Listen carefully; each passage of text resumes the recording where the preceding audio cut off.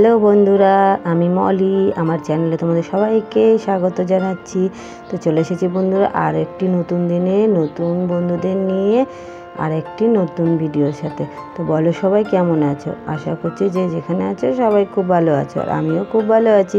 তো দেখতেই পাচ্ছ বন্ধুরা, আজকে কিন্তু আমি একদম বাড়ি ভরে আলপন দিতে বসে গেছি। তো কেন আলপনটা দিচ্ছি সেটাও তোমাদের সাথে শেয়ার করব। তো আজকে হচ্ছে বৈশাখ মাসের শেষ মঙ্গলবার। তো আমরা হচ্ছে মঙ্গলচণ্ডী পুজো করি। তো স্বামী সন্তান সংসারে মঙ্গল কামনা করে তো এই পুজোটা করতেই হবে বলো। আর আমাদের এই পুজোটা আছে তাই আমরা পুজোটা করছি, তাই বাড়ি ভরে আলপন দিয়ে নিলাম। আর এদিকে আমার মেয়েরা দেখো আলতা পড়ছে। তো আমার পুচকু সোনামাকে আমার বড় মেয়ে আলতা পরিয়ে দিচ্ছে। তো এদিকে আলতা পড়ছে আর আমি ওদিকে আলপনটা দিয়ে নিচ্ছি। তো আমার আলপনটা দেওয়া হয়ে গেলে আমিও আলতা পরে নেব। তো চলো সারাদিন মানটা আমার সাথে থাকো। তো বন্ধুরা আলপন দিয়ে তারপরে চলে আসলাম একবারে ফল কাটতে। ভাবলাম আলতাটা আগে পরে নিই, কিন্তু আলতাটা পরতে গেলে হয়তো হাতে আলতা লেগে যাবে, তখন ঠাকুরের ফল নমন করতে গিয়ে অসুবিধা হবে। তো আমি ভাবলাম ফলগুলো আগে সাজিয়ে গুছিয়ে নিই, তারপরে আলতাটা পরবো। তো তার জন্য দেখো বন্ধুরা আমি কিন্তু আগে ফলগুলো কাটতে বসে গেছি। তো আজকে শুধু বাড়িতে নয়, আমাদের এখানে একটা প্রসিদ্ধ মন্দির রয়েছে, সাত মা বুড়িমা মন্দির। তো সাতটা কালীমায় বুড়িমায়ের মন্দিরেও যাব পুজো দিতে। তো দেখো বন্ধুরা আমার ফল টল কেটে একদম শাড়ি টাড়ি পরে আলতা পরে সব কিছু করে রেডি হয়ে গেছি। তো আগে হচ্ছে বাড়িতে মা মঙ্গলচণ্ডীর পুজোটা করব, তার জন্য দেখো আমি নিজেতেই ঘট বসে নিয়েছি। এমনিতে তো আমার ঠাকুরটা একটু দেওয়ালে উপর দিয়ে করেছি, যেহেতু একটা ঘর ছোট জায়গা অসুবিধা হয়। তো আমার মেয়েরাও উপোস করে এটা, আর আমার পুচকু সোনামাও দেখো আমার সাথে আজকে বলেছে উপোস করব, পুজো দেবো। তো সকালবেলায় পুজোটা হয়ে যাবে, তা আমিও আর না করলাম না। ঠিক আছে, আমি বললাম চলো তুমিও আমার সাথে অঞ্জলিটা দিয়ে নাও।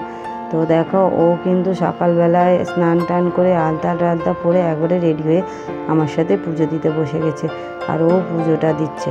তো চলো বন্ধুরা আমরা পুজোটা কমপ্লিট করে নিই। তো আমরা কীভাবে পুজোটা করি তোমাদের সাথে শেয়ার করছি, তোমরাও দেখো।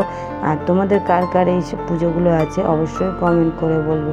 তো চলো বন্ধুরা আগে পুজোটা বাড়ির করে নিই, তারপরে আবার মন্দিরে যাব, সেটাও তোমাদের সাথে শেয়ার করব।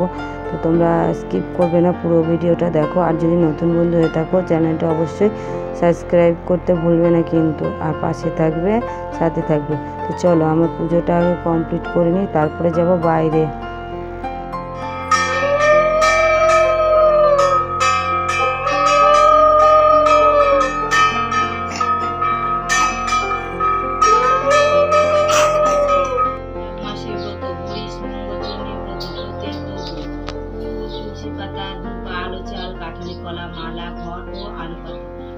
সময় বা কাল বৈশাখ মাসের প্রতি মঙ্গলবার এই ব্রত করতে হয়।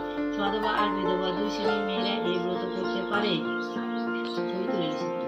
ব্রতের বিধান: বৈশাখ মাসে কৃষ্ণ শুক্লপক্ষের মঙ্গলবারে যথারীতি পুজো ও ধ্যান সহযোগে এই ব্রত পালন করা উচিত।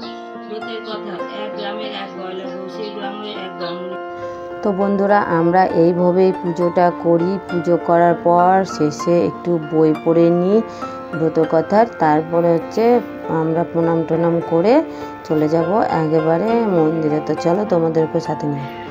তো বন্ধুরা দেখো ফাইনালি আমরা বেরিয়ে পড়েছি মন্দিরের জন্য। তো আমি একাই যাচ্ছি না, আমার সাথে রয়েছে আমার পুচকু সোনা মা, আমার বড় মেয়ে, তারপরে আমার যা, তারপরে আমার জায়ের আরেকটা জায়ের মেয়ে। তো সবাই মিলে একসাথে যাচ্ছি, তো খুব ভালো লাগে।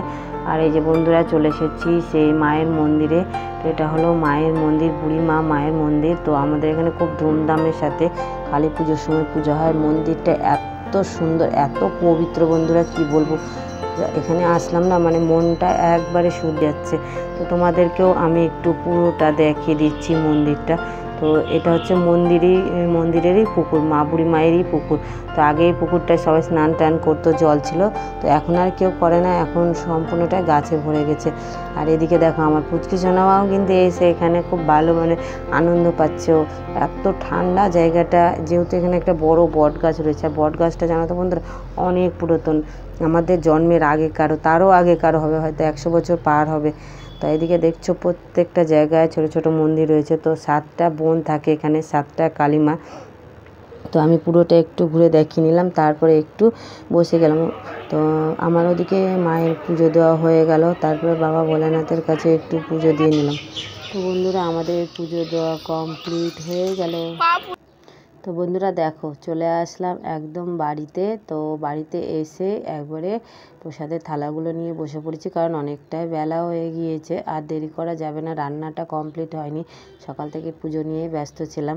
তো আবার ওদিকে হাজব্যান্ডও চলে আসবে খেতে, আর আরও অনেকগুলো কাজও রয়েছে। তো চলো আগে সবাইকে প্রসাদগুলো দিয়ে নিই, তারপরে সবাইকে দেওয়ার পরে আমিও নিজে খাবো, দিয়ে তারপরে যাবো রান্নাঘরে। তো চলো একবার রান্নাঘরে কথা বলছি। তো বন্ধুরা চলে এসেছি রান্নাঘরে। তো দেখো আজকে হচ্ছে আমাদের ভাত খাওয়া হবে না, তো আজকে খাওয়া হবে রুটি। তো আমি একটা গামলাতে ময়দা ছেনে নিচ্ছি, আর ওদিকে দেখো আমি সবজিটাও বসিয়ে দিয়েছি। তো রান্নাটা কমপ্লিট করে তারপর বাচ্চাদেরও খেতে দেব। তো চলো রান্নাটাকে কমপ্লিট করে দিয়ে চলে আসছি।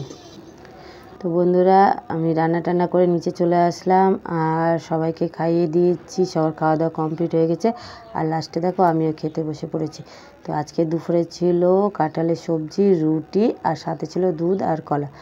তো বন্ধুরা আজকের ভিডিওটা এই পর্যন্ত। ভিডিওটা কেমন হয়েছে অবশ্যই কমেন্ট করে বলবে। তো সবাইকে টাটা বাই বাই।